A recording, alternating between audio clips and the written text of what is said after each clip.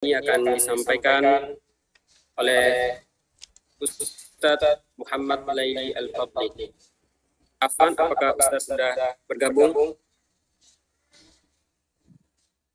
Hadir. Ya, Afwan, selamat bergabung. Yang kami muliakan Al-Ustadz Muhammad Laili Al-Fadli. Baik, marilah kita memulai kegiatan kuliah umumnya atau acara inti kita kepada Al-Ustadz Muhammad Laili Al-Fadli. Silakan. Bismillahirrahmanirrahim. Assalamualaikum warahmatullahi wabarakatuh. Waalaikumsalam warahmatullahi wabarakatuh. Mudah-mudahan suaranya terdengar dengan jelas. Bismillahirrahmanirrahim. Alhamdulillahilladzi istafa min ibadihi hamalatal kitab wa waffaqa min sya'nihim litajwidi hurufihi wa ma'rifati ahkamihi fa'adrakus shawab. Thumma salatu wassalam ala sayyidina Muhammadin muballighi dzikri mubayyinan lin-nasi bit-tartil wa ala alihi wa ashabihi alladhina hafidhu fa'awsaluhu ilayna masunan minat taghyiri wat-tabdil. Amma ba'd. Fayul hadirun, puji dan syukur kehadirat Allah Subhanahu wa taala yang mengumpulkan kita dalam majelis penuh barakah ini. Kemudian salawat teriringi salam semoga tetap tercurah limpahkan pada Nabiullah wa Rasulullah Muhammad sallallahu alaihi wa ala alihi wasallam, dan juga semoga sampai pada seluruh pengikutnya termasuk kita dan juga seluruh kaum muslimin hingga akhir zaman kelak. Amin ya rabbal alamin. Baik, sebagaimana diamanahkan oleh panitia, ikhwani wal akhawat fiddin arsyadakumullah. Ini saya kayaknya kurang bagus internetnya, sebentar ya.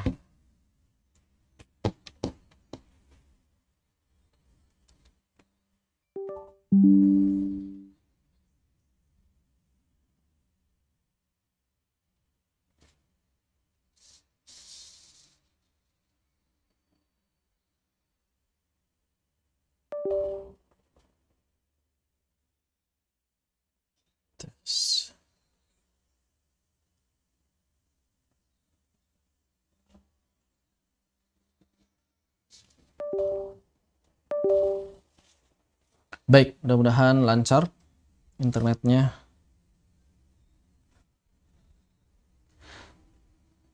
Sebagaimana dimanahkan oleh panitia, kami di sini akan menyampaikan urgensi mempelajari ilmu tajwid, khususnya sebelum tahfidz. Dan sebagaimana kita ketahui bahwa antara tajwid dengan tahfidz ini memiliki hubungan yang sangat erat, namun seringkali satu dengan yang lain saling menafikan. Seperti jadi versus begitu ya. Tajwid versus tahfidz. Padahal semestinya tidak demikian. Ya, karena sebetulnya dua hal ini adalah sama-sama kebaikan, sama-sama ibadah, dan sama-sama dalam rangka mengagungkan kalamullah. Sama-sama dalam rangka mengagungkan kalamullah. Jadi para sahabat sekalian dirahmati oleh Allah Subhanahu wa taala, berkaitan dengan ahammiyatu ilmi tajwid atau berkaitan dengan urgensi mempelajari ilmu tajwid dalam pembelajaran Al-Qur'an, khususnya sebelum menghafal Al-Qur'an, itu jelas tidak bisa dibantah bahwa yang namanya tajwid atau tahsinul Quran itu adalah perkara yang sangat urgen, perkara yang tidak bisa ditawar-tawar. Kita akan mengawali pembahasan ini dengan sebuah nasihat dari guru kami, Dr. Labib Najib Al-Adni, hafizahullah ta'ala. Beliau mengatakan bahwa di antara prinsip menuntut ilmu, ini menuntut ilmu apapun ya, karena beliau dalam konteks umum, dalam konteks yang sangat luas.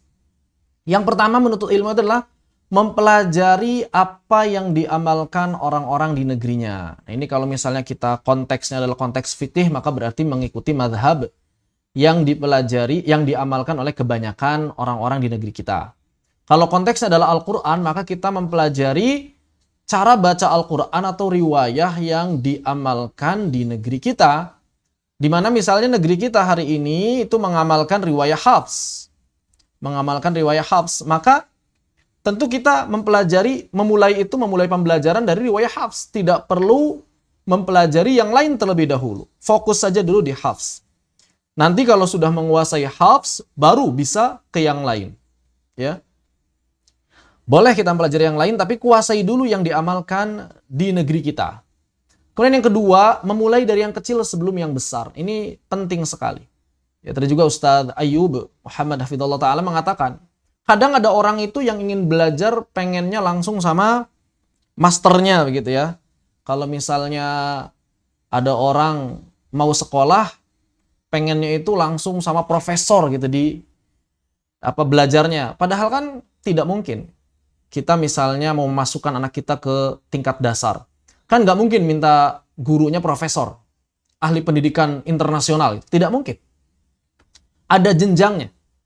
Ada jenjangnya di mana setiap orang itu akan mendapatkan guru sesuai dengan jenjangnya masing-masing. Karena kalau tidak sesuai dengan jenjangnya masing-masing, maka dia tidak akan mendapatkan apapun dalam pembelajaran. Yang namanya belajar itu sedikit-sedikit. Tidak bisa sekaligus banyak, tidak bisa mengambil langsung sesuatu yang besar. Tapi harus memulai dari yang kecil sebelum yang besar. Begitu. Kemudian yang ketiga, mesti talaqi pada guru yang mutqin. Apalagi tajwid dan tahsinul Quran. Saya sering ditanya, Ustaz, kitab apa? Kitab tajwid terbaik untuk pemula itu kitab apa? Jadi kitab tajwid untuk pemula itu yang terbaik, yang best of the best itu apa? Maka saya jawab bahwa bagi para pemula itu bukan tentang seberapa bagus kitabnya. Sekali lagi, bagi para pemula itu bukan tentang seberapa bagus kitabnya. Bahkan ini juga berlaku untuk pembelajaran yang lain. Bukan tentang seberapa bagus kitabnya, akan tetapi tentang siapa yang mengajarkan kitab tersebut. Maka tugas pemula itu bukan nyari kitab. Tugas pemula itu nyari guru, bukan nyari kitab. Begitu. Di bawah bimbingan guru yang mutqin, maka kita akan mendapatkan pembelajaran yang terbaik dan hasil terbaik dalam pembelajaran tersebut. Tentu saja, lagi-lagi kita harus menyesuaikan diri.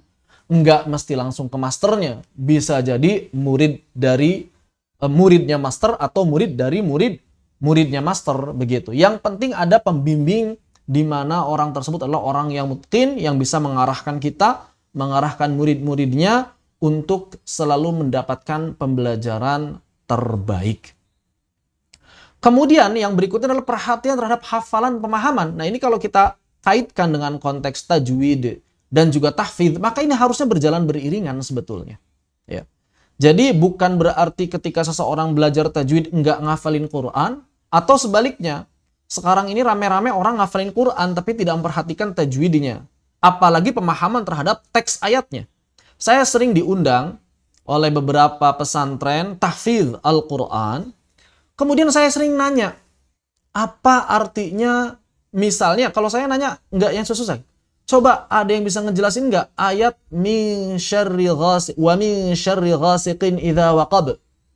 Ini betapa banyak para hafizul Quran yang nggak paham makna ayat tersebut. Ini kan mengerikan. Ayat yang setiap hari dibaca, bahkan mungkin salah satu menjadi surat favorit di dalam sholat ya. Sholat sunnah kan rata-rata orang kalau baca surah-surah di dalam sholat sunnah itu kan surah-surah yang pendek, surat-surat akhir. Ini surah Al-Falaq. Masih begitu banyak para penghafal Al-Quran yang belum paham. Bahkan jangankan untuk menafsirkan atau menjelaskan tafsirnya, menerjemahkannya saja banyak yang tidak tahu. Wa min syarri ghasiqin idza waqab. Apa ya? Akhirnya buka-buka mushaf, buka-buka terjemahan. Nah, ini menjadi catatan tersendiri begitu banyak para penghafal Al-Quran yang bahkan tidak memahami ayat-ayat dari surah-surah pendek. Ini belum berbicara surah-surah yang lebih panjang. Padahal inti dari pembelajaran Al-Quran adalah mengamalkan. Dan bagaimana mungkin kita bisa mengamalkan kalau kita tidak memahami? Makanya Al-Quran itu diturunkan untuk dibaca, dipahami, ditadabburi, dan diamalkan. Itu yang wajib. Ya, dibaca, dipahami, dan tadabburi, kemudian diamalkan. Ya, begitu. Adapun menghafal, nanti kita jelaskan hukumnya.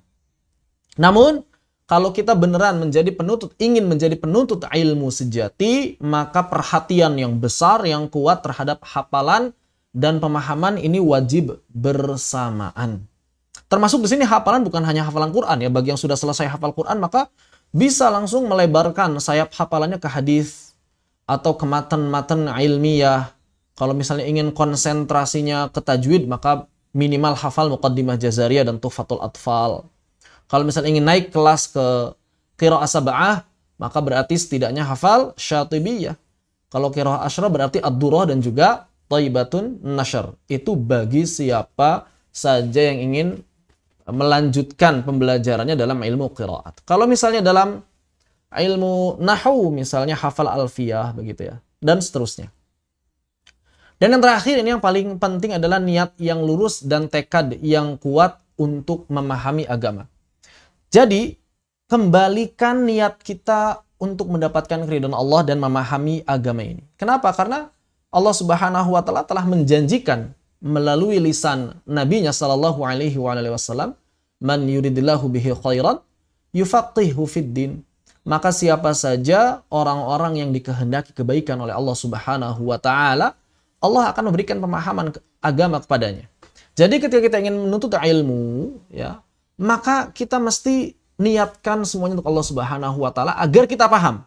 Dan ingat, yang namanya ilmu itu hasilnya bukan murni tergantung pada kinerja keras kita. Tidak.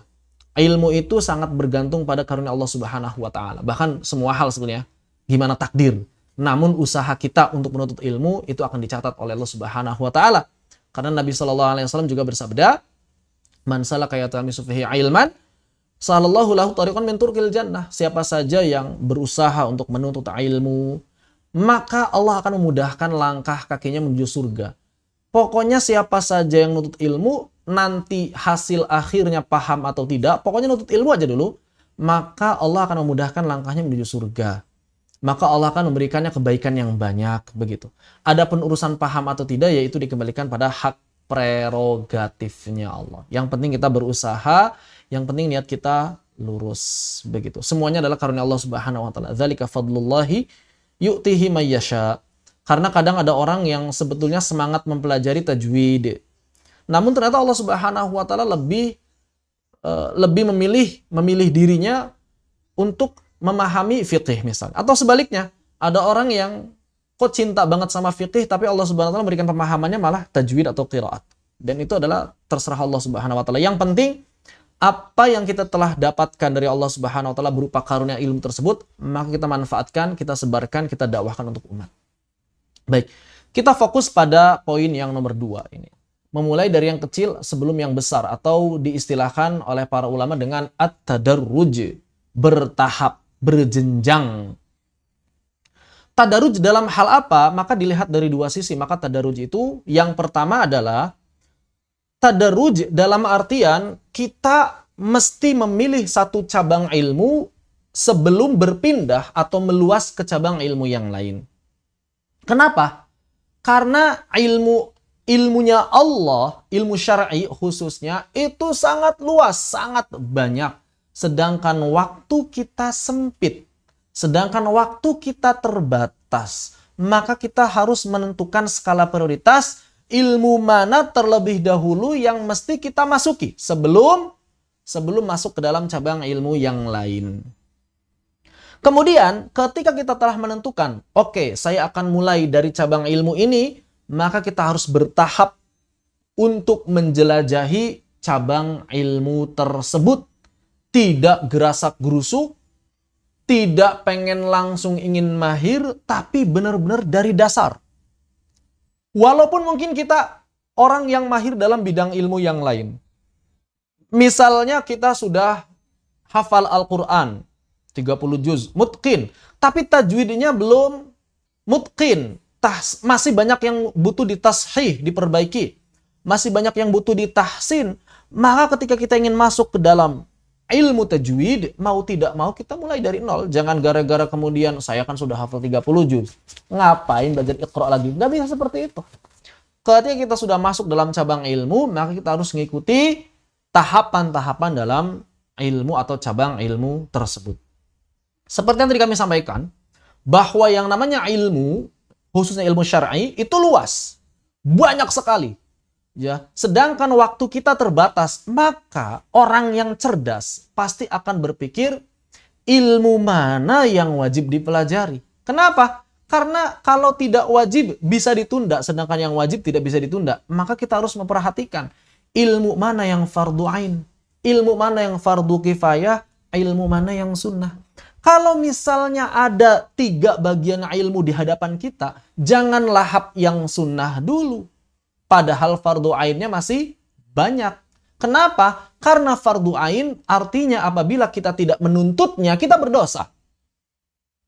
Fardu ain adalah seluruh ilmu di dalam Islam yang apabila seseorang tidak menuntutnya, apabila seorang tidak mengetahuinya, maka dia berdosa karena tidak menuntutnya.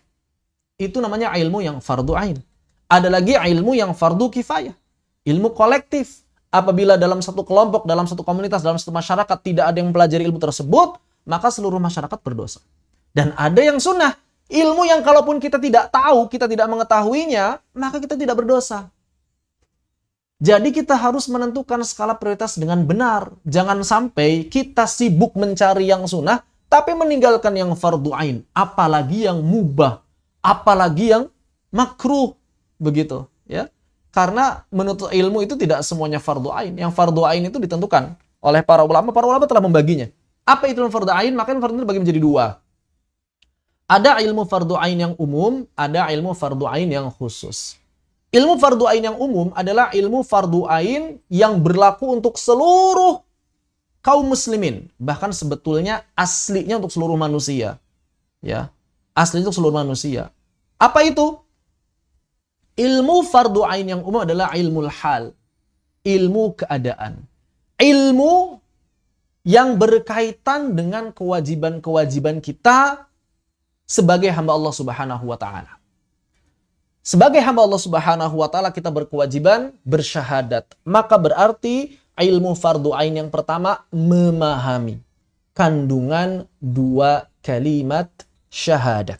Jangan sampai hafal Al-Qur'an tapi nggak faham makna 2 kalimat syahadat. Konsekuensinya apa? Pembatal-pembatal 2 kalimat syahadat itu apa saja? Jangan sampai kita sibuk menghafalkan Al-Qur'an tapi terjerumus ke dalam pembatal-pembatal Islam. Pembatal-pembatal 2 kalimat syahadat. Maka tidak ada manfaatnya hafalan Al-Qur'an tersebut sama sekali. Ya, jadi ilmu yang paling wajib bagi kita yang pertama dan yang paling utama adalah memahami 2 kalimat syahadat. Kenapa? Karena 2 kalimat syahadat adalah kewajiban pertama kita. Yang kedua adalah shalah. Maka berarti ilmu fardu ain yang berikutnya adalah memahami tata cara salat dan hal-hal yang berkaitan dengannya. Syarat-syarat sah salat dari toharoh, aurat, dan lain sebagainya. Jangan sampai kita menghafal Al-Quran tapi nggak paham gimana caranya wudhu yang benar. Nggak paham gimana caranya Gimana caranya membersihkan najis yang benar. Jangan sampai menyibukkan diri dengan hal-hal yang sunnah, tapi bacaan Al-Qur'annya masih berantakan. Padahal bacaan Al-Qur'an dalam sholat ada yang diwajibkan, yaitu membaca surah Al-Fatihah. Di dalam sholat ada yang namanya rukun fi'li, rukun gerakan. Ada yang namanya rukun qauli, rukun ucapan. Nah, rukun ucapan ini harus diucapkan dengan benar. Dan kalau nggak pernah belajar tajwid, nggak belajar tahsin, biasanya bacaannya berantakan, banyak yang keliru. Jangan dulu Al-Fatihah, dari mulai yang pertama saja yang kita lakukan dalam sholat. Takbiratul ihram, Allahu Akbar. Betapa banyak hari ini yang membaca, orang yang membaca takbir itu dengan keliru. Ada yang membacanya Allahu Akbar, pakai waw.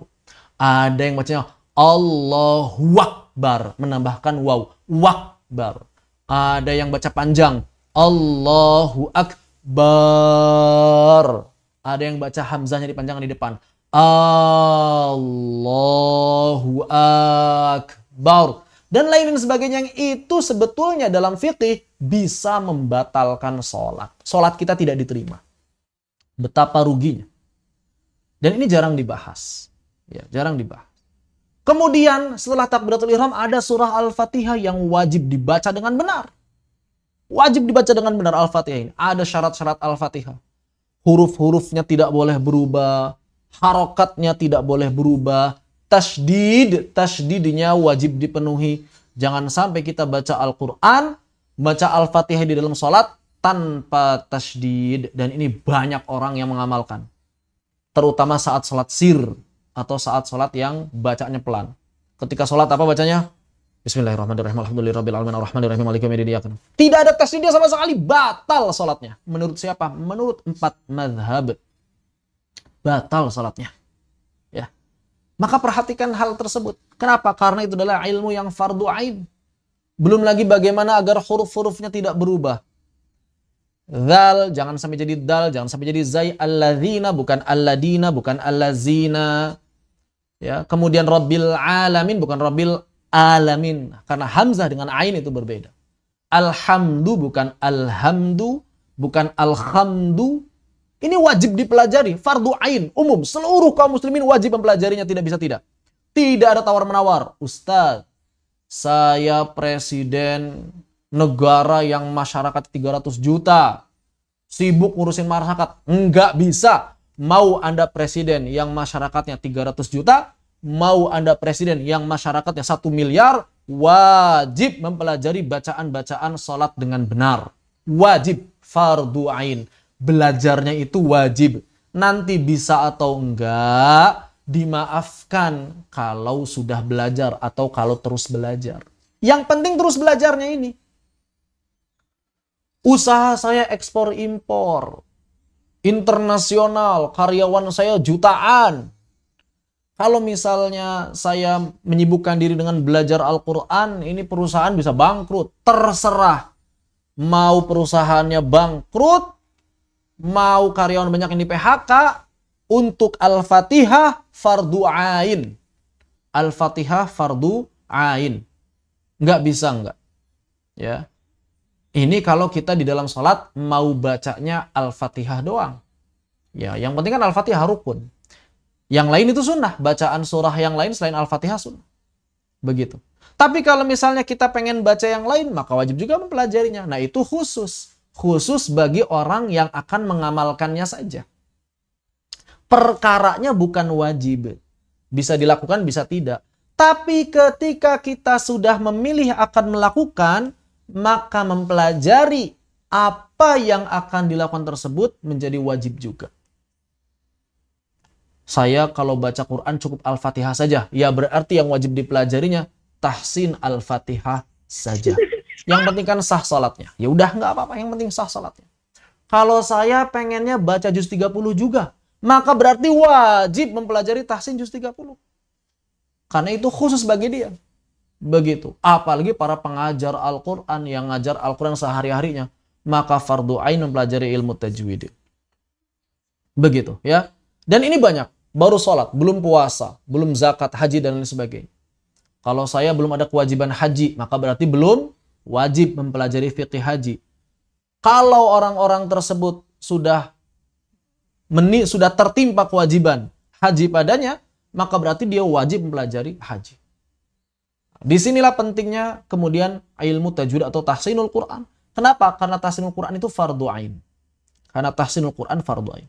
Adapun menghafal Al-Quran secara sempurna itu fardu kifayah. Itu fardu kifayah. Dan hari ini kita sudah banyak sekali penghafal Quran. Artinya begini, bukan berarti saya nyaranin nggak ngafal Quran ya. Artinya kalaupun kita sekarang belum hafal Quran, nggak apa-apa. Kenapa? Karena di sana masih banyak orang yang sudah hafal. Yang hafalannya kuat. Artinya kita nggak akan berdosa kalau kita sekarang nggak hafal Quran. Nggak akan berdosa. Tapi kalau kita tidak melaksanakan yang fardu ain ini, maka kita berdosa. Kenapa? Kan ini fardu ain buat diri sendiri. Tapi kan di sana ada orang yang belajar, terserah. Ini menimpa diri sendiri kewajibannya ain, menimpa personal. Kalau yang ini kifayah. Maka jangan sampai kita sibuk pada fardu kifayah, tapi fardu ainnya itu tidak diamalkan, tidak dipelajari. Nah, ini kemudian yang harus kita benahi. Banyak orang yang terkesima atau terpesona dengan hadis-hadis yang menyatakan betapa mulianya ahlul Quran, para penghafal Al-Quran di akhirat. Tapi mereka lupa bahwa yang namanya ahlul Quran sejati itu mereka yang telah selesai fardu ainnya. Mana mungkin disebut ahlul Quran kalau melalaikan yang fardu ain. Hafal Quran bisa dibulak-balik bacanya sekalipun, kalau nggak paham yang fardu ain bukan ahlul Quran. Bukan ahlul Quran sama sekali. Ya. Karena Al-Quran sekali lagi diturunkan oleh Allah Subhanahu wa Ta'ala untuk dibaca, ditadabburi, difahami dan tadabburi isinya, kemudian diamalkan. Bukan sekadar dihafal. Tapi benar bahwa menghafal Al-Quran itu memiliki faidah, manfaat, keutamaan yang sangat besar sekali. Hanya saja jangan lupa, ada yang fardu ain di sana yang wajib kita telusuri, wajib kita teliti, wajib kita miliki terlebih dahulu ilmunya. Jangan sampai tukar. Didahulukan yang fardu kifayah, meninggalkan yang fardu. Apalagi yang sunah-sunah. Yang sunah-sunah seperti misalnya ya, kalau kita katakan memperindah Al-Quran dengan irama adalah sunnah, maka berarti mempelajarinya sunnah. Ini kalau kita pilih pendapat tersebut sunnah. Walaupun kebanyakan ulama sebetulnya mubah saja. Misalnya kita katakanlah, mengiramakan Al-Quran itu sunnah. Baik. Maka mempelajari irama-irama berarti itu sunnah saja. Tidak sampai fardu kifayah, tidak sampai fardu ain. Tapi hari ini orang-orang kalau belajar irama, bisa semangatnya luar biasa. Giliran tahsin melempem. Ini bahaya. Bagaimana mungkin mereka rajin sholat tahajud, sholat duha, tapi nggak pernah sholat subuh? Kan aneh. Ya, ada orang yang perhatian pada sunnah, tapi yang wajibnya ditinggalkan. Kan aneh. Aneh tapi nyata. Dan itu terjadi realita kita hari ini. Ya, banyak orang-orang yang berbondong-bondong mempelajari ilmu-ilmu yang sunnah. Ini kalau sunnah. Padahal kebanyakan ulama masalah irama Al-Quran itu mubah saja. Di bawah sunnah. Apalagi kalau kita berikan itu mubah. Yang mubah semangat belajarnya, tapi giliran yang fardu ain kok malah loyo. Ya. Jadi jangan sampai seperti itu. Dan kalau di sini ada para pemegang-pemegang lembaga, para guru-guru Al-Quran, ubah mindset pola pikir orang tua. Biasanya banyak pengajar Al-Quran yang punya lembaga, punya santri banyak, tidak bisa menerapkan mindset ini gara-gara orang tuanya yang menuntut. Gimana nih anak saya hafalannya belum nambah-nambah? Ubah mindset orang tua. Ubah dulu pola pikir mereka. Ya, jangan sampai kemudian kita yang ngikutin kemauan orang tua. Tidak, orang tua siswa, orang tua santri harus ngikutin programnya ma'had, programnya lembaga.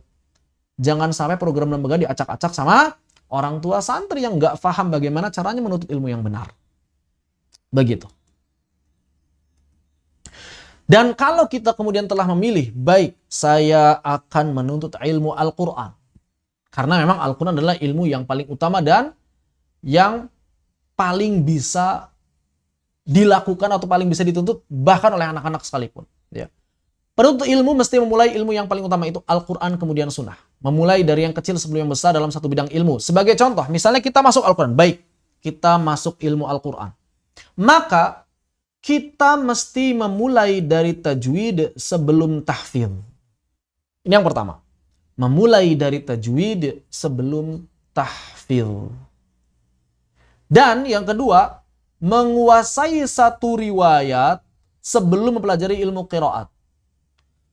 Ilmu qiraat nantilah. Pokoknya kalau sudah menguasai satu riwayat, udah mantap riwayat tersebut dikuasai, usul farsnya, tajwidnya sudah benar-benar dikuasai, kita bisa menjelaskan kepada orang-orang tanpa ada bantuan catatan sama sekali. Nah, itu silakan kalau mau belajar ilmu qiraat.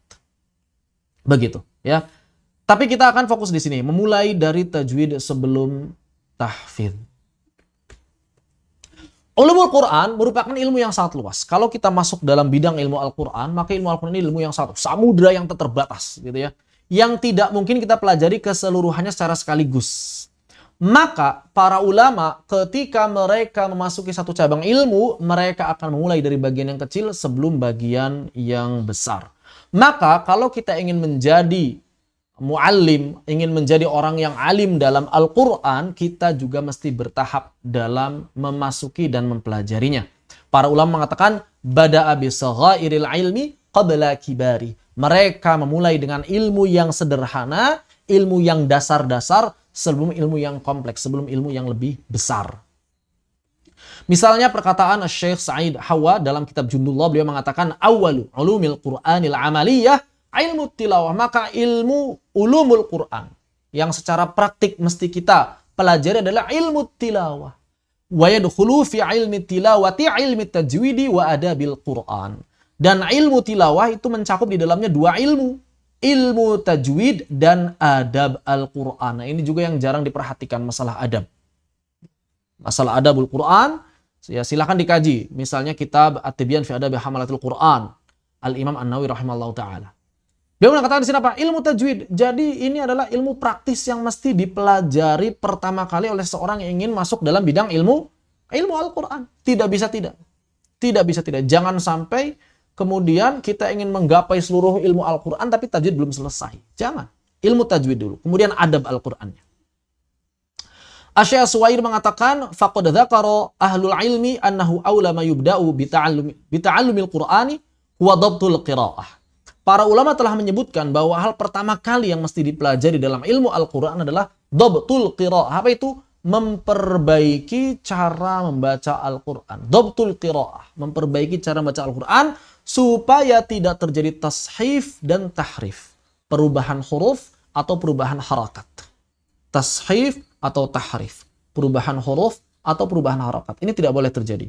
Jangan sampai orang menghafal Al-Quran, membaca wadduha masih wadduha pakai dal. Ya. Jangan sampai orang menghafalkan Al-Quran, min syarri ma khalaq, masih pakai sin, min syarri ma khalaq. Jangan sampai ada orang baca suhufi Ibrahim wa Musa, menghafal Al-Quran masih menggunakan shin, suhufi Ibrahim wa Musa. Jangan sampai seperti itu. Harus jelas perbedaannya. Karena dalam bahasa Arab ada huruf-huruf yang tidak digunakan oleh orang-orang Indonesia. Seperti tha, shin, sod. Orang Indonesia mengira itu semuanya sama. Yang penting S. Tidak, itu berbeda. Sin, sod, shin, tha, itu beda dengan S. S itu cuma sin, yang mirip, yang benar-benar mirip dengan S itu sin saja. Yang lain beda. Jangan sampai orang-orang menghafal Al-Quran, membaca idza zulzilatil ardu zilzalaha, masih ija zulzilatil ardu jiljalaha, begitu. Jangan sampai seperti itu. Kita harus memulai dari dhabtul qiraa'ah. Dari dhabtul qiraa'ah. Sayyidina Abu Bakar As-Siddiq radhiyallahu anhu mengatakan, ayuhal muslimun, a'ribul Qur'an, a'ribul Qur'an. Wahai kaum muslimin, a'ribul Qur'an, a'ribul. Apa makna a'ribul Qur'an? Menurut para ulama, makna a'ribul Qur'an di sini artinya adalah membaca Al-Quran dengan benar. Harokatnya enggak berubah. Hurufnya enggak berubah. Itu makna a'ribul Qur'an yang disampaikan oleh Sayyidina Abu Bakar As-Siddiq radhiyallahu anhu. Bukan berarti mempelajari ilmu i'rab yang sekarang kita pelajari dalam nahwu, bukan. Tapi maksudnya adalah membaca Al-Quran dengan benar sesuai dengan yang diriwayatkan oleh para ulama. Harokatnya tidak berubah, hurufnya tidak berubah. Tidak ada tashif, tidak ada tahrif. Kemudian dalam tafsir Al-Qurtubi, beliau menukil beberapa riwayah mengenai pentingnya menjaga bahasa dalam Al-Quran, keseriusan dalam mempelajarinya, dan tercelaknya lahan. Apa itu lahan? Lahan maknanya banyak. Bisa bermakna irama, bisa bermakna dialek, bisa bermakna kekeliruan. Maksud lahan di sini adalah kekeliruan dalam membaca Al-Quran. Di antaranya sebagaimana diriwayatkan dari Abu Hurairah bahwa Nabi Shallallahu Alaihi Wasallam bersabda, "A'ribul Quran wal tamasu gharaibah." I'rabkanlah Al-Quran dan telitilah kata-kata asing di dalamnya. Maksudnya bacalah Al-Quran dengan benar dan pahami maknanya. Gharib Quran di sini bukan cara baca gharib yang dikenal dalam ilmu tajwid Indonesia, bukan. Yang dimaksud gharibul Quran dalam hadis ini artinya adalah kata-kata di dalam Al-Quran yang jarang digunakan oleh orang-orang Arab dalam keseharian mereka. Itu disebut dengan gharibul Quran atau gharaibul Quran.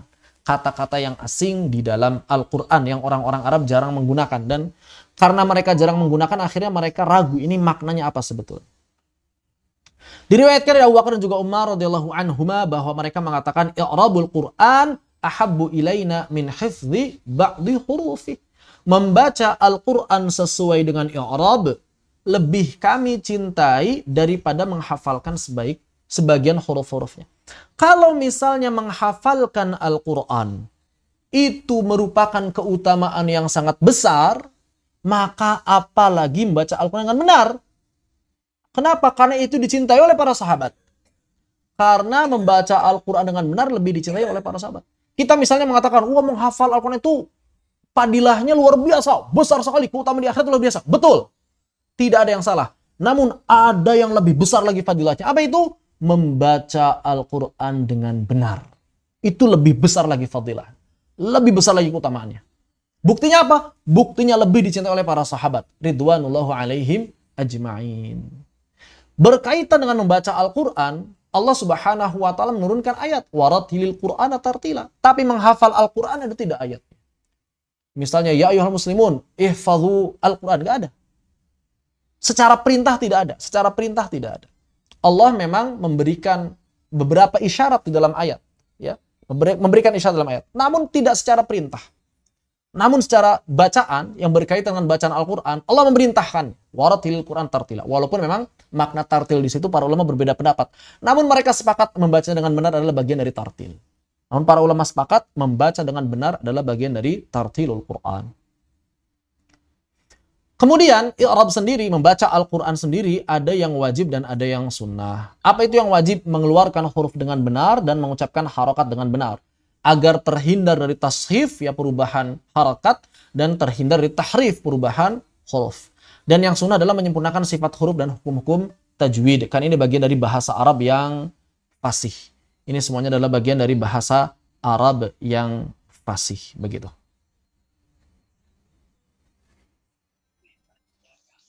Sayyidina Umar bin Khattab juga mengatakan iqra'u wa la talhanu. Bacalah oleh kalian Al-Quran dan jangan terjatuh pada lahan. Apa itu lahan?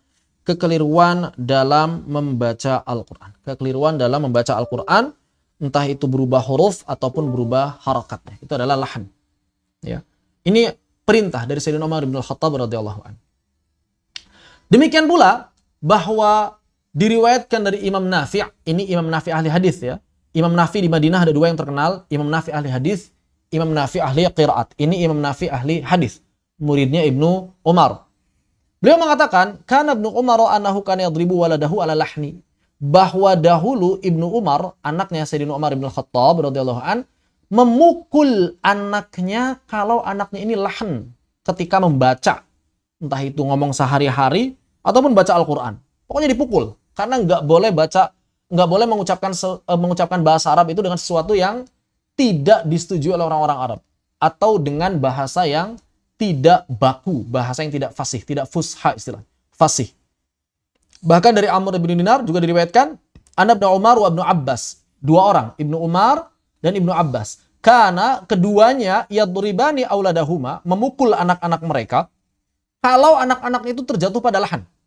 Dipukul. Saking pentingnya melafalkan bahasa Arab yang paling fasih. Kenapa? Karena kalau mereka sudah meremehkan bahasa Arab, pasti baca Al-Quran berantakan. Kalau mereka perhatian terhadap bahasa Arab, mereka pasti akan benar dalam baca Al-Quran. Kenapa? Karena Al-Quran diturunkan dengan bahasa Arab yang paling fasih. Begitu.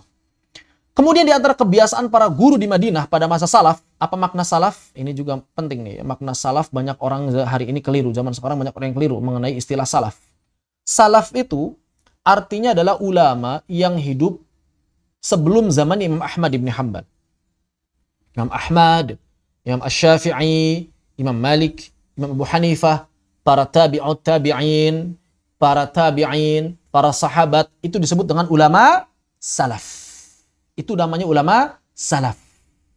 Yang mesti dijadikan teladan. Kita diperintahkan oleh Allah Subhanahu wa Ta'ala menjadikan mereka teladan. Dan juga Nabi sallallahu alaihi wasallam mengisyaratkan karena mereka adalah khairul qurun, sebaik-baik generasi, kata Nabi sallallahu alaihi wasallam. Adapun zaman Imam Ahmad ada juga yang membatasinya sampai Bukhari Muslim, bukan sampai Imam Ahmad ya. Jadi Ada yang membatasi makna salaf itu sampai Bukhari Muslim, ada yang membatasi sampai Imam Ahmad. Intinya kalau Imam Ahmad sebelumnya itu salaf. Kalau setelahnya disebut khalaf. Ulama setelahnya disebut khalaf. Ulama yang hidup hari ini disebut mutaakhirin atau muasirin, kontemporer. Jadi kalau misalnya ada orang, kadang-kadang saya suka baca itu di Facebook itu. Dicari ikhwan salaf, berarti ikhwan zaman dulu berarti. Nggak ada ikhwan salaf. Adapun istilah yang berikutnya adalah salafi. Apa salafi? Itu salaf ditambah ya nisbah. Maksudnya pengikut ulama salaf. Siapa? Ya pengikut Imam Ahmad, pengikut Imam Asy-Syafi'i, pengikut Imam Malik, pengikut Abu Hanifah, pengikut para tabi'in, pengikut para sahabat, itulah salafi. Maka siapa saja yang mengikuti para ulama zaman dulu, itulah salafi. Begitu ya. Itu makna salafi secara bahasa dan secara istilah menurut para ulama. Begitu. Jadi harus dibenarkan itu istilah tersebut. Dan kita mesti menjadikan ulama salaf sebagai teladan. Apa teladan yang bisa kita ambil dalam masalah ini? Maka para guru di Madinah pada masa ulama salaf, ulama zaman dulu, adalah mereka menghukum pelajar yang lahan lebih berat daripada pelajar yang lupa saat setoran hafalan. Kanal muaddib. Nah, ini istilah guru zaman dulu. Guru zaman dulu disebutnya muaddib. Kenapa? Karena anak-anak fokus dididik adabnya. Makanya guru-guru disebut muaddib. Guru-guru disebut muaddib, sekolahnya disebut kutab. Zaman dulu begitu. Muaddib. Kanal muaddibuna bil Madinah, muaddib para guru-guru kutab di Madinah, yadribuna alal khata' wahidah. Kalau ada anak yang setoran hafalannya keliru, maka dipukul sekali. Tentu saja pukulannya pukulan bukan pukulan yang jangan dibayangkan pukulan dicambuk yang keras, enggak. Pukulan begini. Pukulan sekali. Wa 'alal lahni sitta. Tapi kalau bacaan yang keliru, hafalannya sih benar, cuma keliru, lahan, maka 6 kali dipukulnya. Supaya anak-anak tahu menjaga lidah dari lahan itu lebih penting. Ya, lebih mesti mereka kuasai. Begitu. Jangan cuma hafalan lancar tapi berantakan. Huruf-hurufnya nggak jelas, ya. Banyak bertumpuk satu dengan yang lain.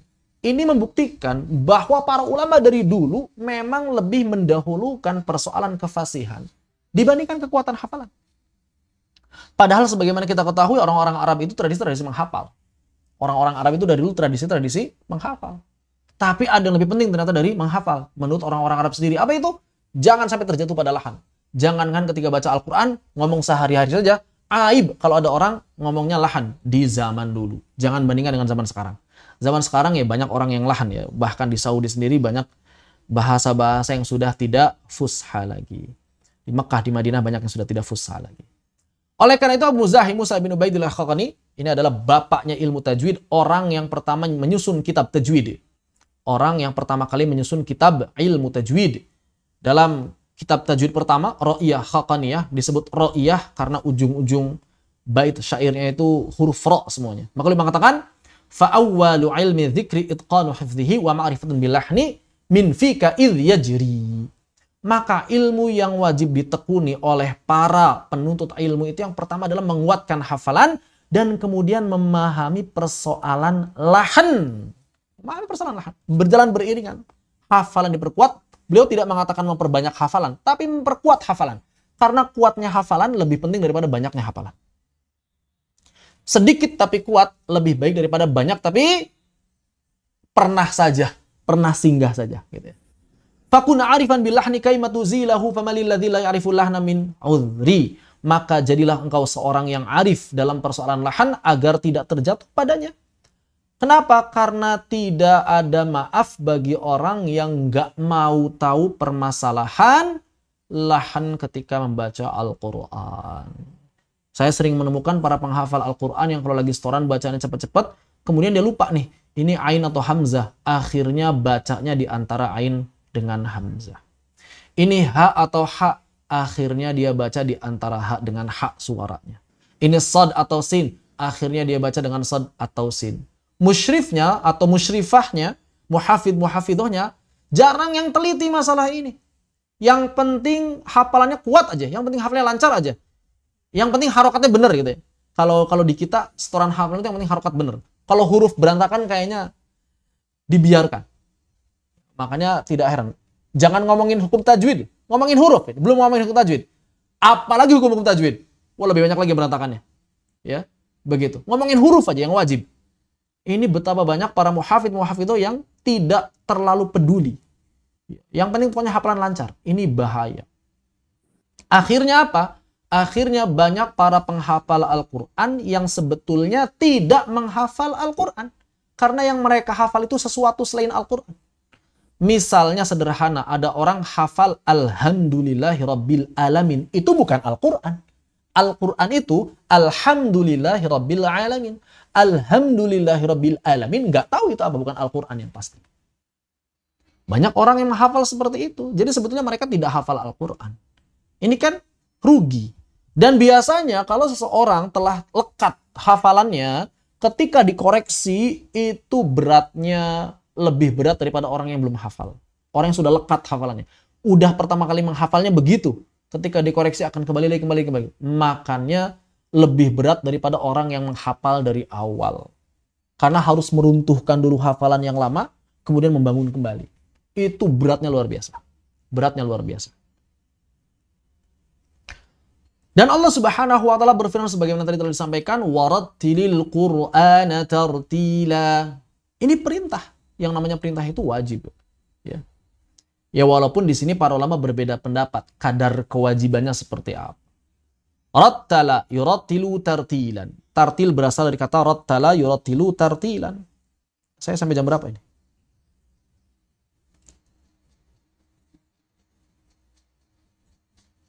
Lihat random 21.30 ya, masih ada waktu 15 menit lagi. Keburu lah insyaallah. Iya, Ustaz. Warattilil Qur'ana tartila. Rattala yurattilu murattil murattal. Artinya apa? Terstruktur rapih, teratur dan jelas. Dalam konteks membaca Al-Qur'an, Ar-Raghib Al-Asbahani mengatakan dalam kitab Al-Mufradat bahwa tartil artinya irsalul kalimati minal fammi bisuhulah wastiqamah. Mengeluarkan setiap kata dari mulut dengan ringan dan tepat.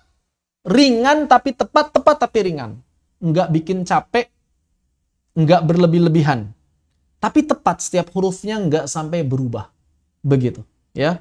Adapun Al-Imam Ibnul Jazari meriwayatkan dalam An-Nashr dari Al-Imam Ali bin Abi Thalib, disandarkan pada Al-Imam Ali bin Abi Thalib bahwa tartil maknanya lebih luas. Bukan hanya persoalan kalimah, bukan hanya persoalan mengucapkan kata demi kata, namun lebih dari itu tajwidul huruf wa ma'rifatul wuquf. Itulah tartil. Tajwidul huruf itu ya ini, irsalul kalimati minal fami bisulah wastiqamah. Ini namanya tajwid. Tapi enggak cuma itu, kata Al-Imam Ali bin Abi Thalib. Ada lagi, selain tajwid juga ma'rifatul wuquf. Apa ma'rifatul wuquf? Memahami kaidah-kaidah waqaf. Bukan tahu tanda baca waqaf, bukan. Memahami kaidah waqaf di sini artinya adalah kita bisa waqaf, kita bisa memulai bacaan walaupun tidak ada tanda baca waqaf. Maka seseorang tidak mungkin bisa mengamalkan kaidah waqaf secara sempurna kecuali apabila ia memahami ayat yang dibacanya. Maka secara sederhana dapat kita terjemahkan tartil artinya bacanya benar dan paham apa yang dibaca. Bacanya benar dan paham apa yang dibaca. Itu kewajiban. Makanya para ulama ya, ketika menafsirkan tartil walaupun berbeda-beda, tapi maknanya itu mengerucut. Ada yang mengatakan memperjelasnya berkaitan dengan tajwid. Ada yang mengatakan berhati-hati saat membacanya berkaitan dengan tajwid. Ada yang mengatakan melontarkannya huruf demi huruf, masih tajwid semuanya ini. Berhati-hati dalam membacanya dan memisahkan mengucapkan huruf dengan huruf berikut. Ini rata-rata bisa dikerucutkan. Makanya Ar-Raghib Al-Asbahani mengatakan apa? Irsalul kalimati minal fammi bisuhulah wastiqamah. Walaupun ada tafsiran yang lain. Seperti tadi Al-Imam Ali bin Abi Thalib mengatakan tajwidul huruf wa ma'rifatul huruf. Atau ada tafsiran-tafsiran lain. Seperti misalnya bisa juga dibaca tafsir Ibnu Katsir ketika menafsirkan ayat haqqa tilawati. Bagaimana sih haqqa tilawah? Tilawah yang sebenar-benar itu seperti apa itu? Ada riwayat dari Ibnu Mas'ud atau Ibnu Umar ya. Saya agak lupa antara Ibnu Mas'ud atau Ibnu Umar itu Masya Allah. Makna haqqa tilawah itu luar biasa. Dalam sekali maknanya dan berat sekali syaratnya. Lalu apa itu tajwid? Tajwid berasal dari kata jawada yujawidu tajwida. Ini artinya hasana yuhsinu tahsinan. Bisa bermakna tahsin, bisa bermakna tashih, bisa bermakna tazyin. Apa artinya?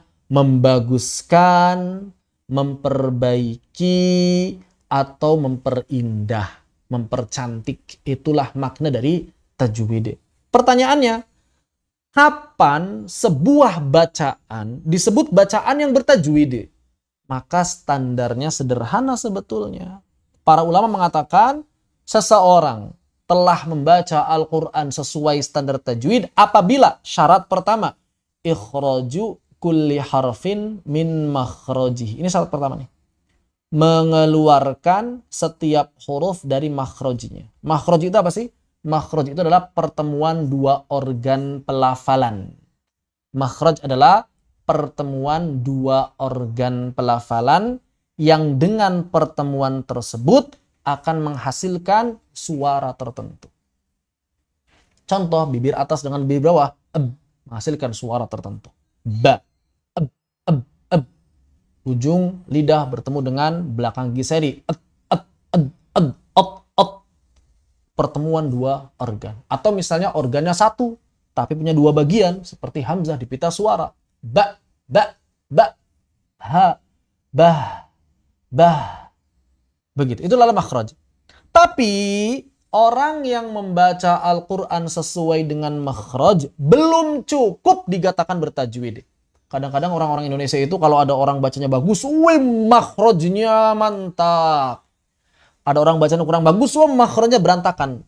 Padahal sangat mungkin kekeliruan seseorang ketika membaca Al-Quran itu bukan di masalah makhraj.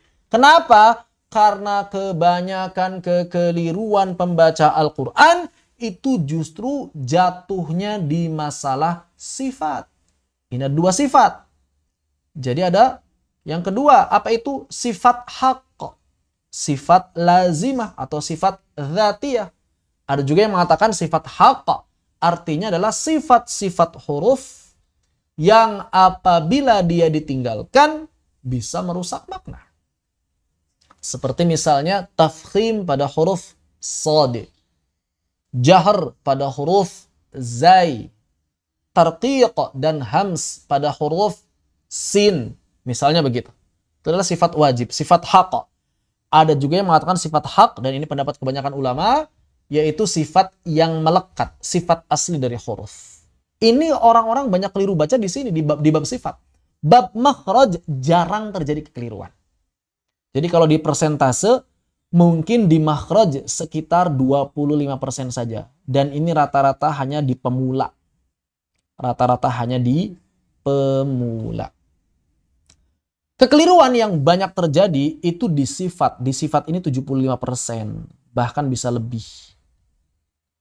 Mau sifatnya sifat haqq atau sifatnya sifat mustahak. Tinggal dibagi dua. Mustahak adalah standar yang ketiga. Apa itu sifat mustahak? Sifat-sifat yang berkaitan dengan hukum-hukum tajwid. Atau juga disebut dengan sifat aridah. Sifat yang kadang-kadang muncul. Huruf nun berubah jadi ikhfa, berubah jadi idgham, berubah jadi iqlab. Itu namanya mustahak. Ada juga yang mengatakan bahwa sifat mustahak ini adalah sifat-sifat huruf yang apabila dia ditinggalkan tidak mengubah huruf, tidak mengubah keaslian huruf, tidak merusak makna. Ini 25% itu bahkan kurang. Masalah makhraj itu hanya terjadi pada pemula saja. Orang-orang yang benar-benar baru belajar Al-Quran. Tapi kalau orang yang sudah lancar baca Al-Quran, kekeliruannya jarang di makhraj, kekeliruannya kebanyakan di masalah sifat. Jadi kalau ada orang bacanya bagus, jangan langsung puji makhrajnya. Lihat sifatnya. Dan orang-orang Indonesia itu masih banyak yang belum bisa membedakan bacaan yang bagus dan suara yang enak. Bacaan yang bagus itu makhrajnya tepat, sifatnya sempurna, walaupun suaranya biasa saja. Dan suara yang enak bisa jadi makhrajnya berantakan dan sifatnya berantakan, tapi suaranya enak. Bedakan dua hal tersebut. Seringkali saya menemukan ada video orang baca Al-Quran, wih bacaannya bagus juga, mantap juga. Padahal cuma enak suaranya doang. Sifat-sifatnya mah berantakan. Ada penyanyi baca Al-Quran, wih bacaannya bagus sekali, sesuai dengan kaidah tajwid. Padahal dia sendiri nggak paham kaidah tajwid itu apa. Ya, suaranya enak, menang suara doang. Ada artis live di Instagram, wih, suaranya, bukan suaranya, bacaannya bagus. Bahkan langsung mujinya berlebihan. Wih, ternyata hafal Quran. Padahal cuma hafal beberapa surat saja.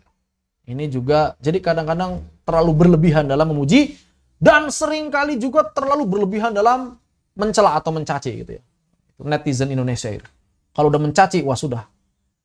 Seluruh netizen dunia kalah itu caciannya. Jadi jangan dibiasakan seperti itu. Kita harus proporsional. Kalau berkaitan dengan cara baca Al-Quran, standarnya jelas. Makhraj, yang pertama, sifat haqqa. Yang kedua, sifat mustahaqqa. Yang ketiga. Kapan bacaan seorang disebut bagus? Kalau ketiganya sempurna. Kapan bacaan seorang disebut tidak bagus? Kalau ada kekeliruan pada salah satu dari ketiga poin ini. Begitu. Ini adalah tajwid. Kenapa kemudian kita mesti mempelajari tajwid? Tadi sudah disampaikan di awal-awal. Dan kita tegaskan kembali. Sebagaimana pendapat Syekh Akram Al-Baghdadi, beliau mengatakan, idh wajibun qalu minal a'yani ma'rifatul adailil Qur'an. Hukumnya fardu ain menurut para ulama memahami cara membaca Al-Quran yang benar. Fardu ain. Kalau kita baca Al-Fatihah, kalau kita akan baca Al-Fatihah, maka wajib mempelajari surah Al-Fatihah dengan benar. Begitu, ya. Makanya Syekh Mahmud Khalil Al-Husari mengatakan dalam kitab Ahkamu Qiraatil Quran, wa hadza naw' minal lahan. Kalau ada orang yang keliru apa maksudnya? Keliru huruf, keliru harakat, haramun syar'a, maka haram hukumnya. Bittifaqil muslimin, menurut ijma' kesepakatan kaum muslimin. Mu'aqibun ali fa'ilun ta'amada fa'in fa'alu nasiyan au jahilan falahun. Dia akan berdosa kalau sengaja, kalau nggak mau belajar. Tapi kalau memang sedang lupa, nggak sengaja, belum tahu, masih belajar, ya dimaafkan. Syaratnya apa? Belajar. Dukturah Rihab Muhammad Mufid Syaqaqi dalam kitab Ihyatul Ulama mengatakan, hukmul lahnil jali, lahan, kekeliruan yang bisa mengubah huruf, mengubah harakat, huwa haramun mutlaqa, hukumnya haram. Kenapa? Karena mengubah lafal-lafal Al-Quran yang bisa merusak makna. Terus gimana dong kalau belum tahu, sekarang baru tahu? Wa amal jahilu fa'alaihi ta'alam. Yang belum tahu, yang belum bisa, ya wajib belajar. Begitu. Wa amma la yastati'u aw la yaqwa 'ala ta'alum fa yaqra ma tasihu bi salatu. Terus gimana kalau saya sudah tua renta? Saya sibuk ngurusin 300 juta rakyat Indonesia. Saya sibuk perusahaan saya ekspor impor. Saya sibuk, saya segala macam. Maka kalau nggak sanggup mempelajari cara membaca Al-Quran secara keseluruhan, seminimal-minimalnya fayaqra ma tasihu bi salatu. Maka wajib tetap fardu ain hukumnya untuk bisa mempelajari cara membaca Al-Quran yang benar, yang membuat salatnya sah. Apa itu? Wajib mempelajari surah Al-Fatihah. Terutama para bapak nih yang di rumah ya. Jangan sampai para ibu, para istri ingin sekali-kali diimami oleh si bapak, tapi si bapaknya ternyata baca Al-Fatihahnya masih berantakan, yang membuat tidak sah menjadi imam. Makanya saya sampaikan, wala yusolli imama, kalau memang baca Al-Fatihahnya masih berantakan, jangan nekat jadi imam. Wala yajharu bil qiraati fi majalisil muslim, bahkan jangan mengeraskan bacaannya di tengah-tengah majelis kaum muslimin, apalagi merekam bacaannya, menguploadnya di YouTube, di Instagram, di FB, live di YouTube, di Instagram, di FB, padahal bacaannya masih berantakan. Jangan. Bukan nggak boleh syiar, bukan ngelarang orang untuk berdakwah, tapi kita harus memiliki cermin, sadar diri, tahu diri. Kita silahkan lakukan apapun yang kita mampu, bukan yang kita mau. Silakan dakwahkan apapun yang kita mampu, sampaikan apapun yang kita mampu, lakukan apapun yang kita mampu, dan ukuran mampunya adalah ukuran syariat. Bukan berasal dari kemauan dan hawa nafsu belaka. Ya, begitu. Kemudian Syekh Abu Yusuf Akram Al-Baghdadi melanjutkan la siyama fatihatal ayati falahnu fiha yubtilus sholati. Lebih-lebih lagi mempelajari surah Al-Fatihah. Kenapa? Karena keliru dalam surah Al-Fatihah bisa membatalkan sholat. Yang tadi sudah sampaikan. Ada fatwa-fatwanya. Misalnya Imam Syafi'i mengatakan, kalau ada seseorang yang lahan pada Ummul Quran Al-Fatihah dengan kekeliruan yang merusak makna walaupun sebagian darinya, maka sholatnya tidak sah dan juga sholat orang yang di belakangnya tidak sah. Jadi imam gak sah makmumnya. Kata siapa? Bukan kata saya, kata Al-Imam Asy-Syafi'i. Dan itu juga disampaikan oleh para ulama yang lain. Ya, ini banyak, silakan nanti baca sendiri karena sudah mau habis waktunya. Termasuk masalah tasydid disampaikan oleh Imam Nawawi. Tasydidnya harus dibaca semuanya ada 14 dalam surah Al-Fatihah, jangan sampai kurang. Begitu. Seperti itu. Makanya di sini ada Syekhul Islam Taimiyah mengatakan wa amma ma la yuqimu qiraatul Fatihah fala yusalli khalfah. Kalau ada imam yang belum bisa baca Al-Fatihah dengan benar, maka janganlah sholat di belakangnya. Kenapa? Karena dia hanya sah illa man huwa mithluhu.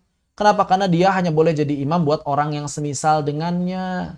Maka jangan sholat di belakang orang yang cadel, yang mengubah huruf, cadelnya cadel parah, ro jadi lam, ro jadi ghain, atau huruf-huruf yang lain. Atau orang yang memang belum bisa mengucapkan huruf dengan benar. Ain jadi hamzah, ain jadi eng, ha jadi ha, kha jadi ha, zal jadi zai. Pokoknya kalau mengubah huruf itu tidak diperbolehkan. Kecuali menurut beliau kalau huruf dod. Kata beliau boleh dod diubah ke dha saja. Dod diubah menjadi huruf dha. Boleh menurut versi beliau. Tapi menurut mayoritas ulama tetap nggak boleh. Yang boleh hanya sad diubah jadi sin karena riwayatnya sahih. Ya, begitu. Ini berkaitan dengan pentingnya menjaga surah Al-Fatihah di dalam sholat. Bahkan Imam Malik mengatakan ya, kalau ada orang yang nggak baca surah Al-Fatihah, yang nggak sah sholatnya. Terus kalau gimana kalau ada orang baca surat Al-Fatihah tapi nggak benar? Itu lebih parah. Lebih parah daripada orang yang nggak baca sama sekali. Kenapa? Karena dia membaca sesuatu yang bukan Al-Quran. Itu lebih parah lagi ternyata. Begitu. Bukan cuma nggak sah tapi lebih parah lagi. Maka wajib belajar. Pertanyaan sekarang, gimana belajarnya? Maka yang mesti kita pahami bahwa Al-Quran terdiri dari beberapa surah. Dan surah terdiri dari beberapa ayat dan kalimat. Setiap kalimat terdiri dari beberapa kata. Dan setiap kata terdiri dari beberapa huruf. Oleh karena itu, kalau kita ingin mempelajari Al-Quran, kita mesti memulai dari unsur yang terkecilnya, yaitu huruf. Dan karena Al-Quran diturunkan dengan bahasa Arab, dan bahasa Arab itu tersusun dari huruf-huruf hijaiyah, maka kita wajib memulai pembelajaran Al-Quran dari mempelajari huruf hijaiyah dengan benar, makhrajnya dan sifat-sifatnya. Tentu saja nggak bisa otodidak seperti yang tadi kami sampaikan. Wajib mencari guru yang mutqin, yang sesuai dengan levelnya. Sebetulnya ada beberapa kalimat setelah ini yang juga berkaitan dengan cara mengajarkan, cara mempelajari Al-Quran. Namun karena sekarang waktu sudah habis, kita lanjutkan saja dengan tanya jawab. Sisanya bisa dibaca sendiri, nanti kami akan kirimkan PDF-nya. Barakallahu fikum. Kami serahkan kembali kepada MC. Walhamdulillahirabbil alamin.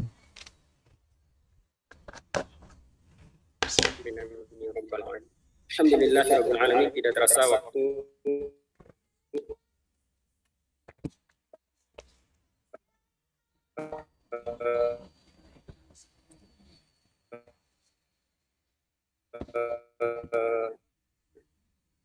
materi telah di dan kami ucapkan jazakallahu itu adalah sesi tanya jawab. Namun sebelum kita lanjut ke acara sesi tanya jawab, jadi saya bacakan ada challenge dari kami, yaitu untuk peserta yang berhasil meresume materi yang disampaikan oleh Ustazana Muhammad Laili Al-Fadli, maka kami akan memberi hadiah buku ringkasan Manzumah Al-Fatihah yang disusun oleh Ayyub Muhammad dengan ketentuan yang pertama, resume dikirim selambat-lambatnya pukul 22.30 malam ini. Kemudian yang kedua, yang diterima dan dikoreksi resumenya adalah 10 orang pertama yang menyetorkan dan akan dipilah 3 tulisan terbaik. Kemudian yang terakhir, panjang tulisan bebas, yang penting nyambung sesuai dengan yang demikian. Ya. Selanjutnya kita buka sesi tanya jawab kepada yang hendak bertanya. Silakan, boleh raise hand. Kita persilakan untuk 5 orang pertama. Di chat Baik, ada sudah. 2, Ustaz. Di chat sudah ada 2. Udah 5 Ya, tuh. cukup. Ya. Oke, baik.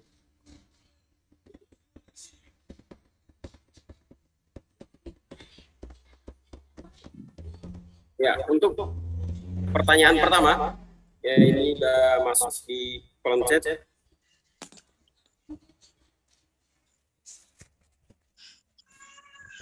Kita bacakan. Bagaimana cara terbaik mengajarkan hafalan surat pendek kepada anak usia dini di sebuah lembaga PAUD, sedangkan anak belum belajar tahsin? Ya. Nanti insya Allah akan jawab. Kita bacakan dulu 2 pertanyaan pertama di kolom chat.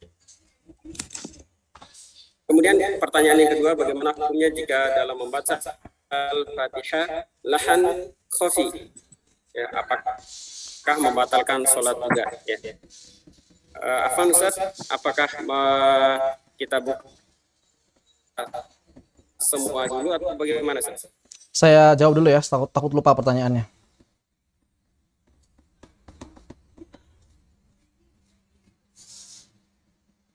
Ya, baik Ustaz. Silakan Ustaz. Baik, yang pertama, gimana cara supaya anak PAUD hafal? Padahal tahsinnya belum bisa. Tergantung nih, PAUD ini usia berapa? Kalau usia 4-5 tahun, jangan berharap ke tahsin. Ngomong bahasa Indonesia saja bisa jadi belum lancar. Ngomong bahasa Indonesia saja bisa jadi belum lancar. Jangankan untuk tahsin bacaan Al-Quran. Terus bagaimana kemudian solusinya? Solusinya adalah membiasakan mendengarkan bacaan yang baik dari para guru. Jadi kembali kepada guru. Kalau gurunya bacaan berantakan, dijamin murid-muridnya berantakan. Kalau gurunya fasih, maka anak-anak akan mengikuti bacaan gurunya. Maka bagaimana caranya supaya anak-anak ini bisa hafal dengan benar?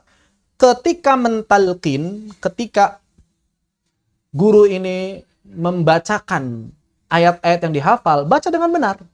Itu satu-satunya cara buat anak-anak. Ya, itu satu-satunya cara buat anak-anak. Jadi, si guru yang mentalkin ayat Al-Qur'annya harus benar. Begitu, karena anak-anak akan meniru bacaan gurunya. Wallahu a'lam bishawab. Yang kedua, lahan khafi membatalkan sholat tidak? Tidak. Lahan khafi tidak membatalkan sholat.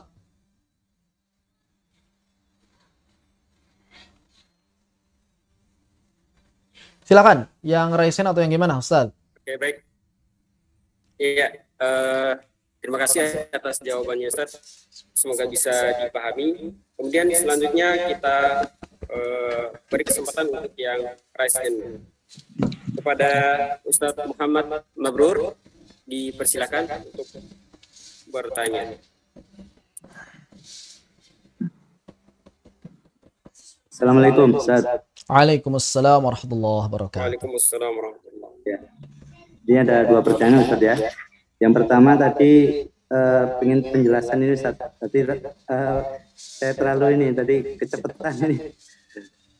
Betul qiraah. Ya, pengertian betul qiraah tadi ya Ustaz ya. Ya, itu yang pertama. Yang kedua, nah ini kan kalau kita udah mempelajari Al-Quran dengan makhraj, sifat dan hukum-hukumnya, tentu saja juga tadi dijelasin ada wakaf tidak ya.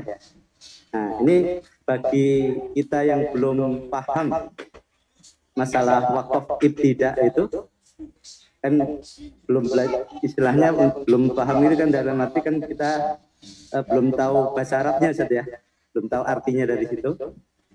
Untuk langkah pertamanya gimana Ustaz? Untuk sementara ini untuk bisa kita itu kalau tilawah bisa wakaf dengan benar dan ibtida'nya juga benar itu Ustaz. Untuk saat ini Ustaz, karena belum belajar bahasa Arab khusus gitu.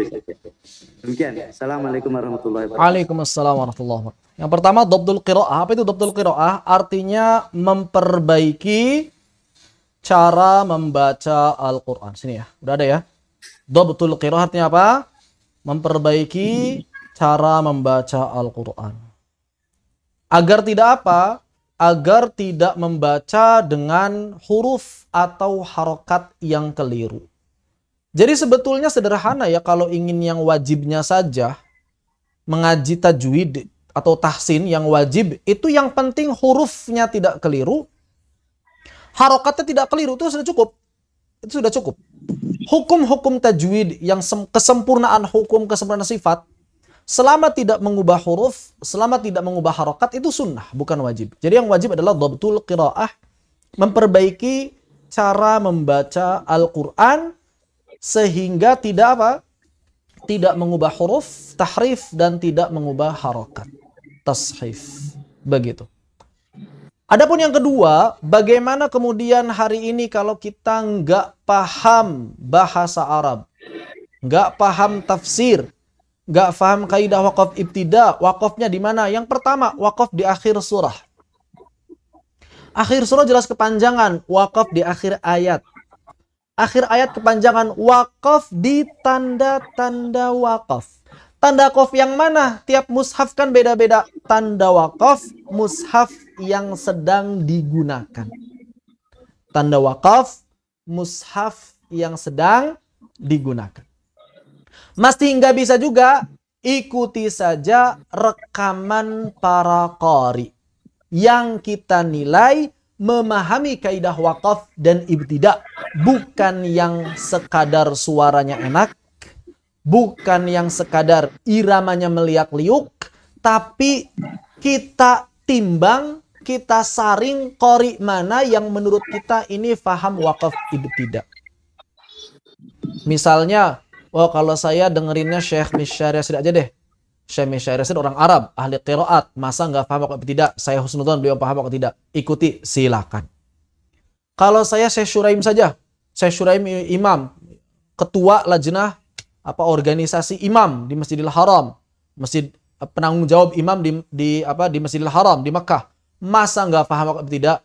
Saya husnudzon beliau sangat paham waqaf tidak, maka saya ikuti Syekh Syuraim saja. Silakan. Yang penting timbangannya jelas, husnudzon kita ini benar-benar mereka orang berilmu, kita ikuti mereka. Bukan sekadar yang suaranya enak, bukan sekadar yang iramanya meliuk-liuk. Apakah ada kata-kata tertentu kita bisa waqaf, kita bisa ibtida? Tidak ada. Tidak ada. Tergantung makna semuanya dan tidak ada yang bisa digeneralisir. Mungkin ada pada sebagian tempat cocok di satu surah, tidak cocok di surah yang lain. Cocok di sebagian tempat, tidak cocok di tempat yang lain. Sehingga tidak bisa kata-kata itu dijadikan acuan. Termasuk tidak bisa akhir halaman dijadikan tempat untuk mengakhiri bacaan. Tidak bisa. Akhir halaman itu bukan tempat untuk mengakhiri bacaan. Tidak selalu menjadi tempat yang baik untuk mengakhiri bacaan. Sebagiannya bisa, sebagian tidak bisa. Harus mempelajari bab waqaf dan ibtida. Wallahu ta'ala a'lam. Begitu. Jazakallahu khairan katsiran. Wa jazakallahu khairan, barakallahu fiik. Baik. Ya, terima kasih. Kemudian selanjutnya kita beralih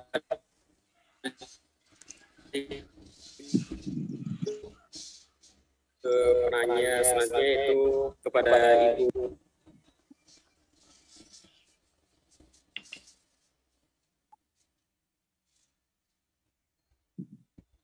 Ya, silakan. Assalamualaikum warahmatullahi wabarakatuh, Ustaz. Waalaikumsalam warahmatullahi wabarakatuh. Begini Ustaz, mengenai kan sekarang itu banyak sekali yang metode-metode bacaan Quran gitu. Nah, metode-metode itu kan kebanyakan itu memakai irama, Ustaz. Nah, kebetulan anak saya itu sekolah di salah satu SDIT dan itu memakai irama itu.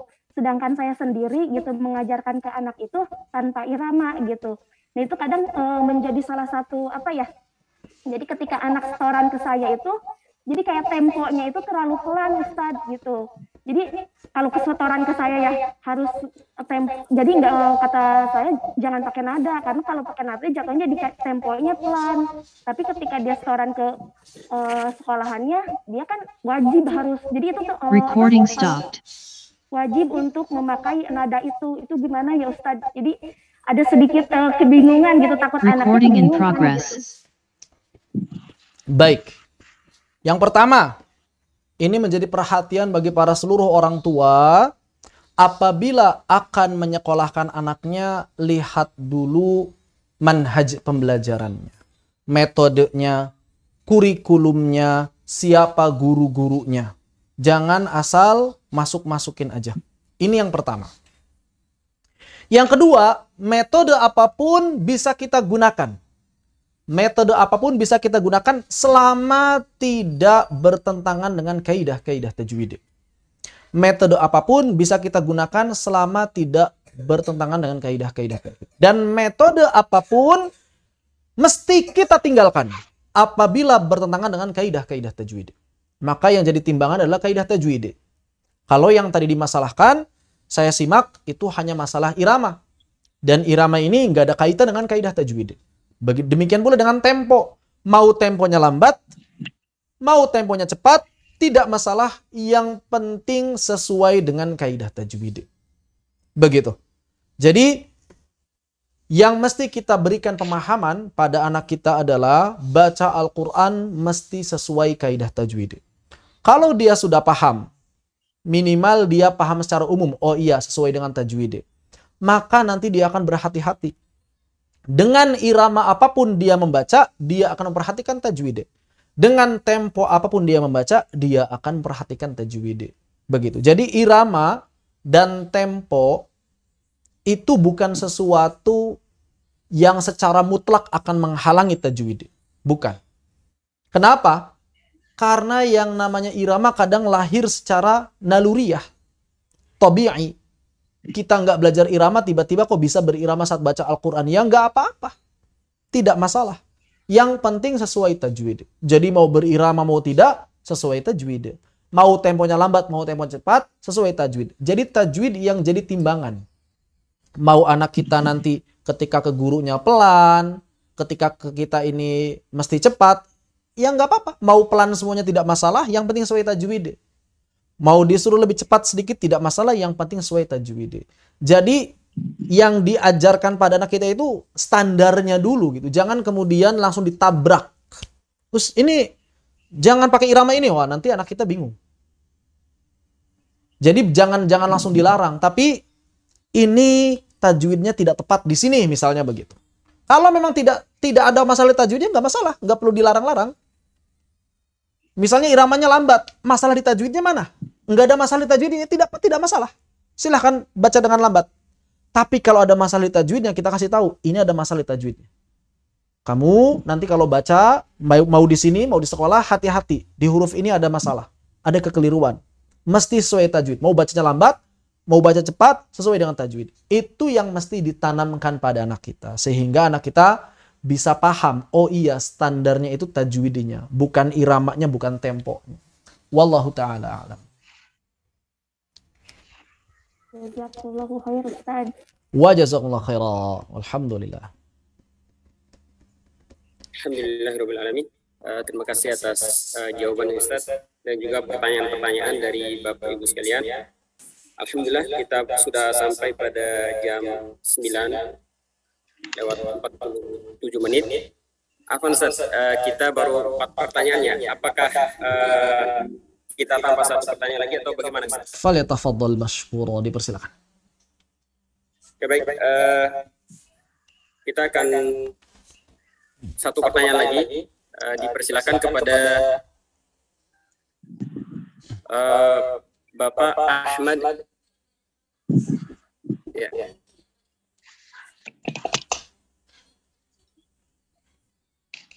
Assalamualaikum. Waalaikumsalam warahmatullahi wabarakatuh. Ustaz sudah menjelaskan mengenai ilmu fardu ain yang umum. Namun yang satu lagi belum dijelaskan, Ustaz. Mohon dijelaskan. Tadi sudah sebetulnya disinggung. Ilmu fardu ain yang umum adalah ilmu yang berlaku bagi seluruh orang tanpa terkecuali. Adapun yang khusus adalah ilmu fardu ain yang khusus hanya bagi orang-orang yang akan melakukannya saja. Tadi saya contohkan. Yang umum, fardu ain yang umum adalah baca surah Al-Fatihah. Wajib mempelajari bacaan surah Al-Fatihah secara umum. Seluruh orang Islam wajib belajar tanpa ada pengecualian. Kalau surat-surat yang lain bagaimana? Nah, itu khusus. Kalau memang kita mau baca surah yang lain, wajib mempelajarinya. Kalau kita nggak akan baca surah yang lain, ya nggak wajib. Itu namanya khusus. Atau misalnya tadi juga saya contohkan. Orang Islam seluruhnya wajib mempelajari sholat tanpa ada pengecualian. Tapi kalau haji, ya tergantung. Kalau kita memang sudah jatuh kewajiban haji bagi kita, maka berarti dia wajib untuk mempelajari haji. Kalau memang belum wajib, maka tidak wajib mempelajari ilmu haji. Atau contoh yang lain, misalnya ilmu yang non-syar'i. Ada seorang ingin menjadi dokter, maka dia wajib mempelajari ilmu kedokteran dengan benar. Ada seseorang ingin jadi engineer, maka wajib bagi dia mempelajari engineer dengan benar. Ada seorang ingin jadi menteri, wajib bagi dia menguasai ilmu yang berkaitan dengan kementerian yang dia pimpinnya. Ada orang ingin jadi presiden, maka wajib mempelajari ilmu pemerintahan. Begitu. Itu namanya ilmu khusus. Hanya khusus bagi mereka yang akan melakukan pekerjaan tertentu saja. Adapun umum, berlaku umum. Kenapa berlaku umum? Karena itu adalah kewajiban bagi seluruh kaum muslimin. Seperti ilmu sholat, zakat, membaca surah Al-Fatihah di dalamnya, toharoh, syahadat, dan lain sebagainya. Wallahu ta'ala a'lam. Jazakallahu Ustaz. Wa jazakallahu khairan, barakallahu fiik.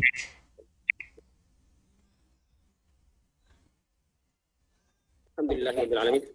Terima kasih atas pertanyaan dan juga jawaban dari Ustaz Muhammad Laili Al-Fadli. Semoga terjawab pertanyaan-pertanyaan dan juga terwakili bagi Bapak Ibu juga yang hendak bertanya namun belum berkesempatan. Dan juga kami mohon maaf karena keterbatasan waktu, jadi kita tidak bisa menerima untuk pertanyaan atau membacakan pertanyaan-pertanyaan yang ada di kolom chatnya. Kemudian selanjutnya perlu kami sampaikan ini yang pertanyaan yang terakhir ya, karena ini berkaitan dengan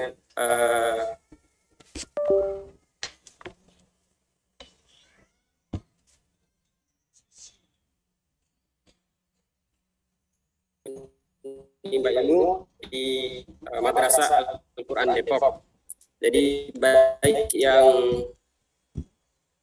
berdomisili di Depok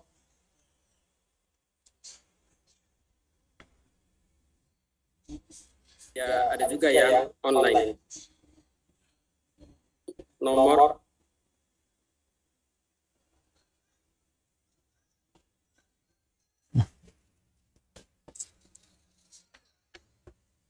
Recording in progress. Oke, baik, itulah serangkaian acara yang telah kita lewati bersama, dan semoga Allah memberikan rahmat dan keberkahan untuk kita semua. Namun sebelum itu, marilah kita berdoa kepada Allah Subhanahu wa Ta'ala, dan dalam hal ini akan dipimpin langsung oleh Al-Ustaz Muhammad Laili Al-Fadli. Kepada beliau kami silakan.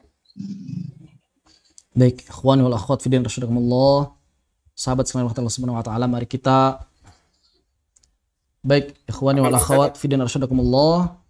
Sahabat sekalian Allah Subhanahu wa taala, mari kita tundukkan hati kita, tundukkan kepala kita di hadapan Allah Subhanahu wa taala. Bismillahirrahmanirrahim. Alhamdulillahirabbil alamin, hamdasy syakirin, hamdan na'imin, hamdan yuwafi ni'amahu wa yukafi'u mazidah. Ya Rabbana lakal hamdu kama yanbaghi li jalali wajhikal karim wa 'azimi sultanik. Subhanaka ya Rabbana la nuhsi thana'an 'alaika anta ka'athnaita ala nafsik falakal hamdu hatta tarda walakal hamdu qabla ridha walakal hamdu qabla ba'da ridha walakal hamdu idza radita 'anna daiman abada ya rabbal alamin birahmatika ya arhamar rahimin.